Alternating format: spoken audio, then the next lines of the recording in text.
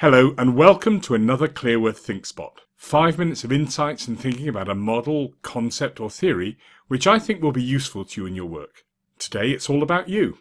The Johari window is a classic model and has been around for 60 years. It sounds rather mystical and from the Orient with a name like Johari, but note it was developed by two psychologists, Joe and Harry.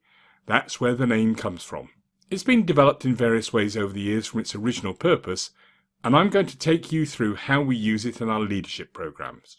We think leaders should have more self-awareness than the average person, and this gives them that window of insight which starts some thinking and inquiry about how they occur for other people.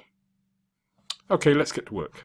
I think it's pretty self-evident why it's called a window from its appearance, but also recognise that it's a bit like a shop window where you are displayed with some parts visible and some parts not. The two axes then are self and others, and what's known and unknown by each, your self-knowledge and others' impressions of you. It's drawn as four equal areas, but these will be different for different people, and what's in each box, of course, is what makes you unique. So let's start in the top left-hand part of the window. This area of you is known as the public area or arena. These are the bits of you that are in the public domain. You know them and so does everyone else. Your general appearance, the language you speak, your dress style and some of your views, opinions and ideas which you tend to share. Note that some people will have a smaller and some a larger public area. That's not right or wrong, it's just different. However, it may be significant in terms of personal and professional development and presence. More of that in another Thinkspot. Now, moving to the right. Think about the first time you saw yourself on video, or perhaps heard a recording of you speaking or singing. You may have been surprised, or even shocked. That's because there are parts of you that you're not aware of. This area of the window is known as your blind spots. Not many people think they look great when they first see the image. But if we ask other people, they absolutely recognise you in those aspects. The whole area is a place that may need attention if the image you're displaying or presence you're creating is not what you want. This is often the starting place for learning and development in interpersonal skills, presentations, public speaking and personal branding.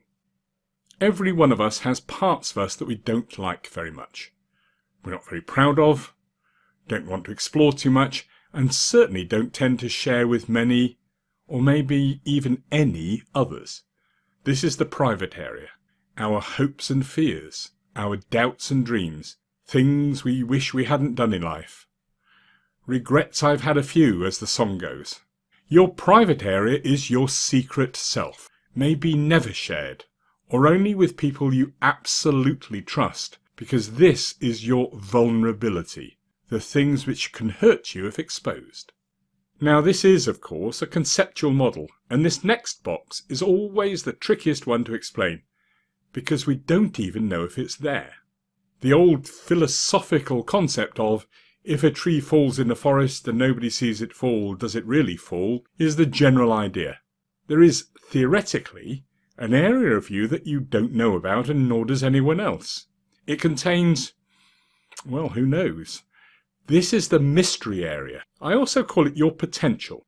There are unused things in here which are yet to become apparent. We sometimes hear of people discovering incredible physical or emotional strength in an emergency or disaster, or a musical or artistic talent, an ability to work with things which others find difficult, a passion for cookery or a linguistic skill.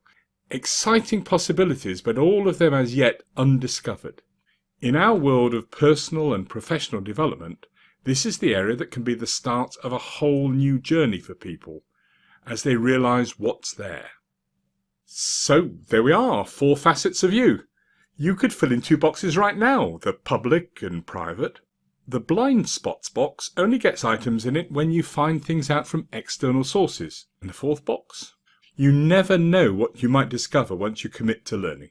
Think about the relative size of each of the boxes for you and what that might mean in terms of your relationships with other people. More next time. This is Clive Hook from ClearWorth in the public box, sharing my thinking and wishing you well as you discover more. Bye for now.